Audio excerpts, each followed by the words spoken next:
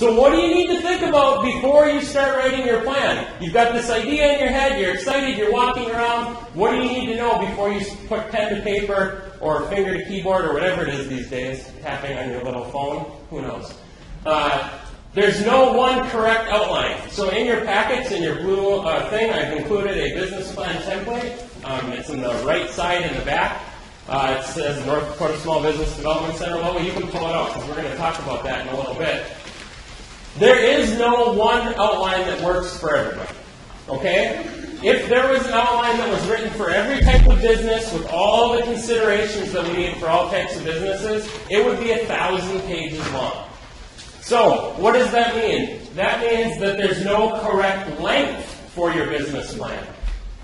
It doesn't matter if it's 8 pages or 800 pages, although preferably probably not 800 pages because that's just a tome, it's a document that nobody wants to read.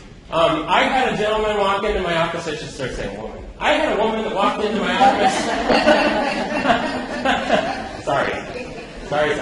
I had a woman that walked into my office and said, I'm starting a business in Bismarck, North Dakota, and I'm going tomorrow to talk to the bank down in Bismarck. It's 3:30 on a Thursday.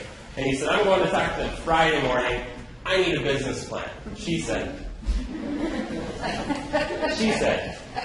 And so I said, well, it's 3:30 on a Thursday. You're never going to get this done in an hour.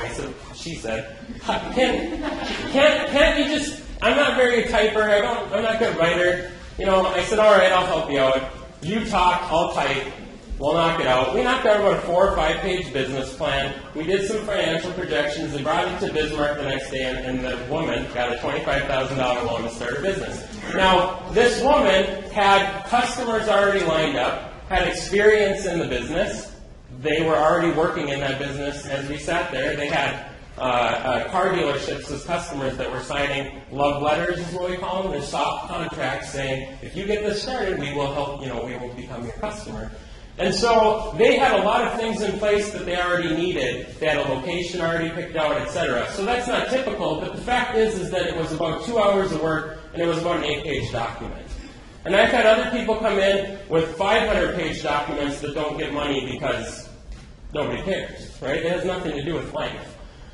There are no business plan awards for literary ability. It does not matter how well it's written. I mean, I don't mean that technically. If the grammar's poor and it's spelling and punctuation. What I mean is, do not use flowery language, right? It doesn't have to be so well described. Most of the people reading the business plan are not going to read it front to back. So it's not a book. It's not a book. What they're going to read is the executive summary.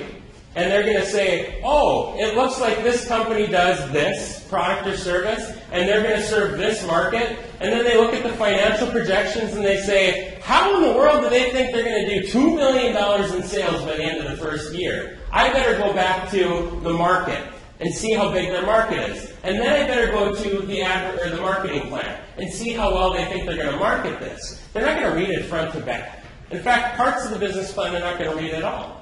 And you're going to feel like you're repeating yourself over and over and over, but there's a reason why it's that way, is because they're going to go to each section individually, and you need to have that information in each section.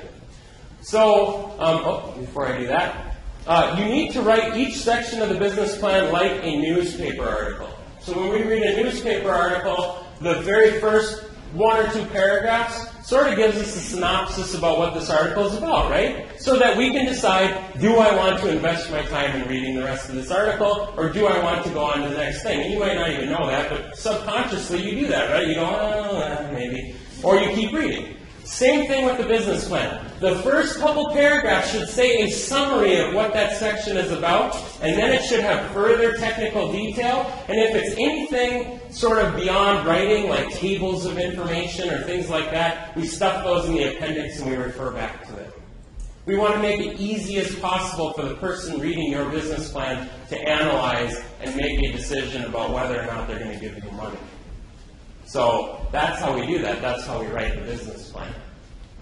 Finally, support your assumptions, and that's what we were just talking about. If your financial projections say that you have $2,000 a month in wages for your employees, and you have 9 employees, they better be working 2 hours a week, right? Because that just doesn't add up. So make sure that every piece of your business plan matches a piece in your financial projections. Every number on your financial projection has a corresponding part in the business plan. We're going to talk about that in a minute.